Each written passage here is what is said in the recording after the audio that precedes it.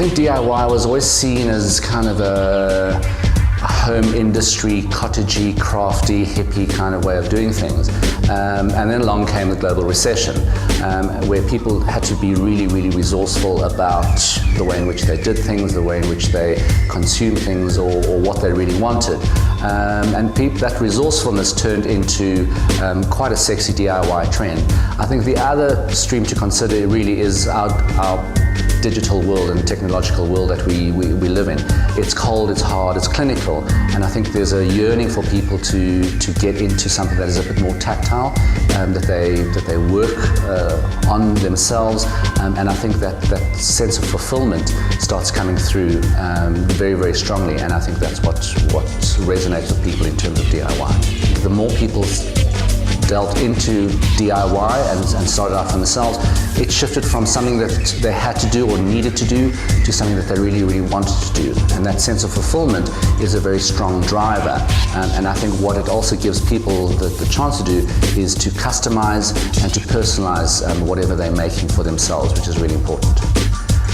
I think customization and personalization is really one of the biggest trends that is changing the way in which we buy things or consume things, and it's really starting to see it across all industries. So it's not just a design thing, it's a business principle as well, allowing people to customize their experience or their purchases.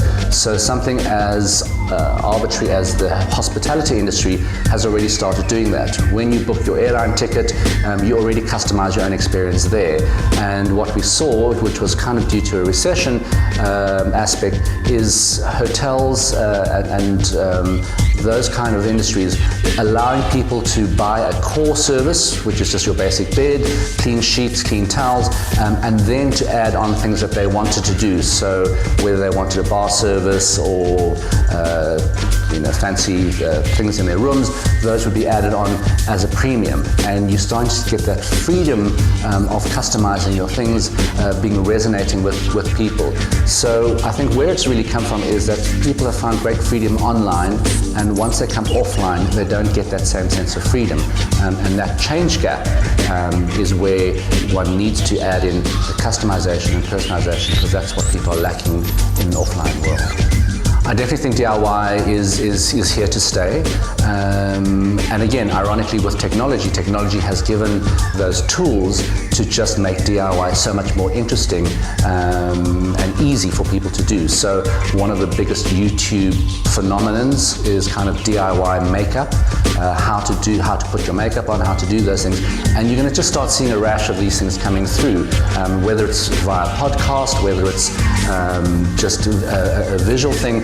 Talking people through a process is going to be easier to do, and if you consider that video content, YouTube, all of those kind of things is the future of communication, then DIY is going to definitely have a place and a home on that space. I think the most significant trend that I've seen grow and evolve, and it's still evolving, is really urban subsistence farming, if you will. I think it started out in the middle of the recession. People started growing their own vegetables, and we moved from just a little vegetable patch to what they call cottage gardens, where you're mixing your vegetables within your normal garden space.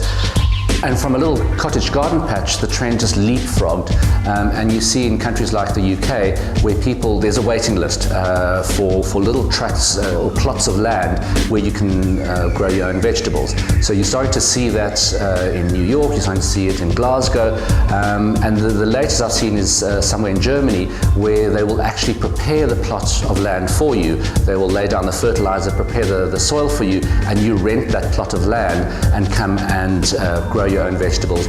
And I think it really resonates with people, not only from that technological point of view, but I think there's this huge sense of achievement or fulfillment of growing something that nurtures you and feeds you as well.